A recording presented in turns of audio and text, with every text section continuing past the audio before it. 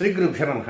మీనరాశి జాతకులకి 2024 ఆగస్టు 1వ తేదీ గురువారంతో ప్రారంభమై 10వ తేదీ శుక్రవారంతో అంతమయ్యేటువంటి ఈ ఆగస్టున తొలి 10 రోజుల్లో ఫలితాలు సూచనలు సలహాలు క్లుప్తంగా 2 పాయింట్లో తెలియజేయబోతున్నాను. ఇక మొదటి పాయింట్కి వస్తే 1వ తేదీ ఉదయం నుంచి 5వ తేదీ మధ్యాహ్నం 3:21 వరకు ఉండేటువంటి సమయం అంతా కూడా ఉద్యోగ విషయాల్లో ఎక్కువ జాగ్రత్తలు తీసుకోవాలి. వ్యాపార అంశాల్లో కూడా జాగ్రత్తలు తీసుకోవాలి. తొందరపడి పై అధికారులతో పేచీలు పెడవద్దు.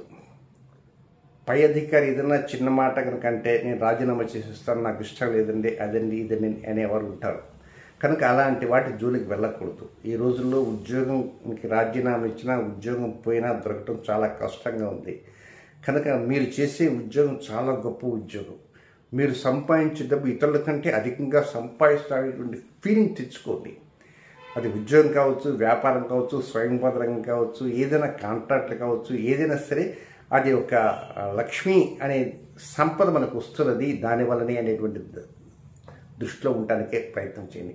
దీంతోపాటు సంతాన అంశాల మీద కొంచెం దృష్టి అధికంగా పెంచండి. వారి ఆరోగ్య విషయాలు కావచ్చు, వారి విద్యా విషయాలు కావచ్చు, వారి కనుక వివాహ వయస్సు కనుక వచ్చుంటే వారికి వివాహం ఎప్పుడు చేయాలి, ఏమిటి, వారు ఎవరన్నా ప్రేమిస్తున్నారా ఏంది, లేక వారి ఉద్యోగం ఏమిటి, వారి ఉద్యోగంలో అనుకూలంగా ఉందా, లేకపోతే అక్కడ ఇచ్చే జీతం సరిపోతుందా, సరిపోలేదా, ఒక్కోసారి వారు చెప్పొచ్చు, చెప్పకుండా దాటవేసేటువంటి ధోరణిలో ఉండొచ్చు. అలాగే కొన్ని వివాహ విషయాల్లో కూడా ఏమన్నా ప్రేమ అలాంటిది ఏమన్నా వాళ్ళకైనా మనసులో ఉందా, అవి చెప్పుకోలేకపోతున్నారా ఏమిటి, ఏదైనా సరే వివాహ సంబంధం, విద్యా సంబంధం, ఉద్యోగ సంబంధం, ఆరోగ్య సంబంధం, ఆర్థిక సంబంధం, సంతానానికి సంబంధించి ఇలాంటి అన్ని అంశాలపైన కొంత దృష్టి అనేది మీరు ఉంచాల్సిన అవసరం ఎంతైనా ఉన్నది. ఎప్పటి నుంచి అది 1వ తేదీ ఉదయం నుంచి 5వ తేదీ మధ్యాహ్నం 3:21 వరకు. అయితే ఈ సమయంలో ఒక్కోసారి మీకు క్రొత్త ఉద్యోగాల వైపు మొగ్గు చూపుతారు. లేదా ఈ ఉద్యోగం ఇలా చేస్తూ దీని నుంచి ఆదాయం పక్కన పెట్టేసి మరొక వ్యాపారం చేద్దామనే ఆలోచనతో ఉండొచ్చు. లేదా ఒక భాగస్వామ్య వ్యాపారం అయినా చేస్తారు. ఇలాంటి కొత్త ఆలోచనలకు మాత్రం వెళ్ళకండి. అయితే ఒక చిన్న టైం ఒకటి చెప్తా. అదేమిటంటే 4వ తేదీ ఆ రోజు ఆదివారం అమావాస్య.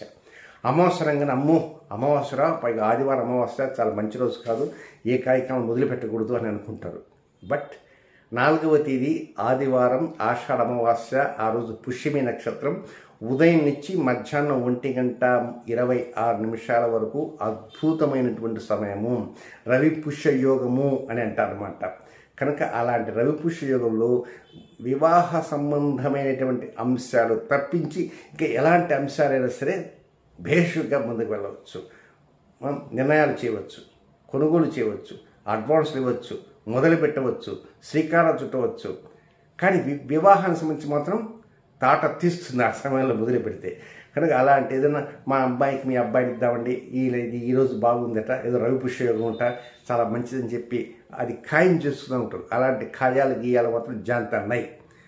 కనుక మ్యారేజ్ పాయింట్ ఆఫ్ వ్యూలో వివాహ సంబంధ అంశాలు వద్దు. ఈరోజు ఆదివారం మనకు వీకెండ్ చక్కగా ఉంది, ఈరోజు అమ్మాయిని చూసిపోండి, లేకపోతే కొంచెం పెళ్లి చూపులు ఉంటాయి కదా, ఇలాంటివి ఎన్నో ఉంటాయి. కనుక అలాంటివి మాత్రం వద్దు. కనుక వాటిని తప్పించి మిగిలిన అంశాల మీద మొగ్గు చూపడానికి ప్రయత్నం అంటూ చేయండి.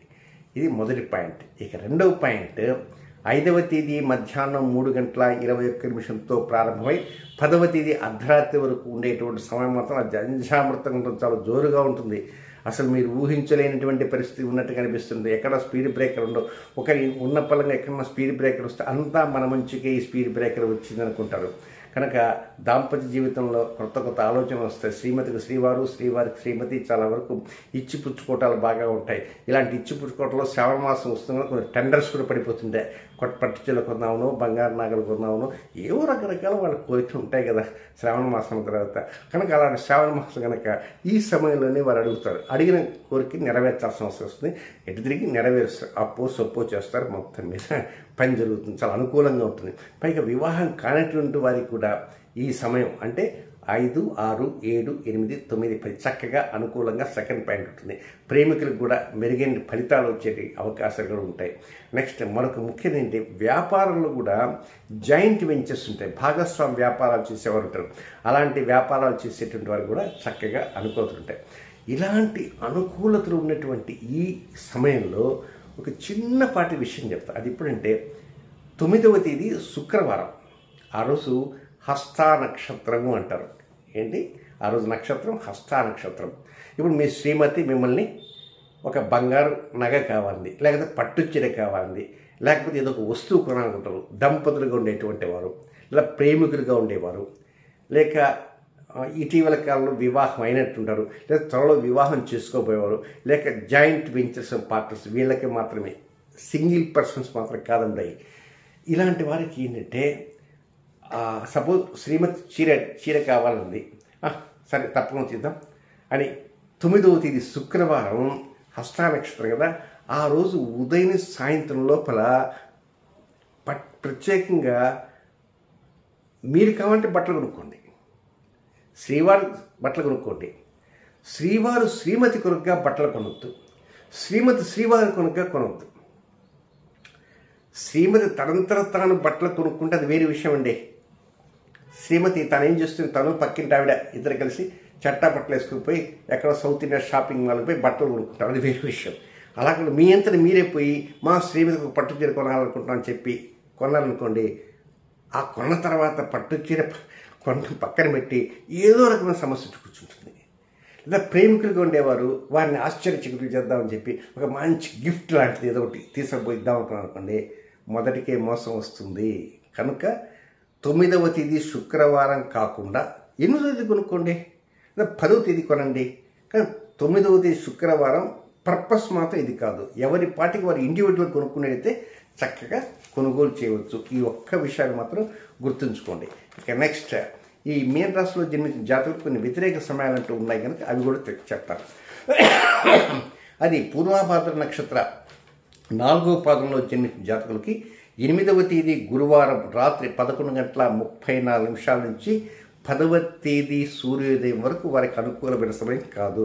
రొటీన్ కార్యక్రమం మాత్రం చక్కగా చేసుకోవచ్చును.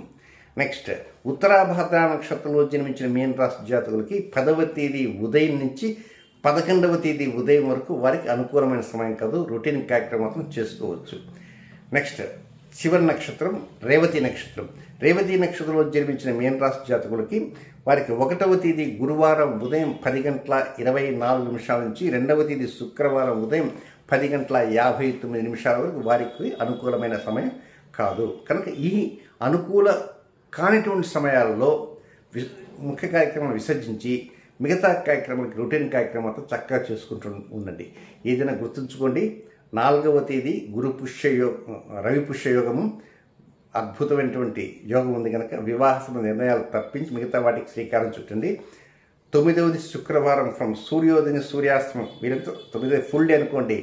కనుక శ్రీవారికి శ్రీమతి గారు, శ్రీమతి శ్రీవారి కానీ, లేకపోతే ప్రేమికులుగా ఉండేవారు ఒకరికి ఏదైనా ఒకరికి వాచ్ కొందామనో, బంగారం కొందామనో, అది కొందాం ఇది కొందాం, రకరకాల ఆలోచనలు ఉంటాయి కనుక అలాంటి వాటికి కొంచెం దూరంగా ఉండాల్సిన అవసరం ఉందని కూడా తెలుసుకోవడానికి ప్రయత్నం చేయండి. శుభం.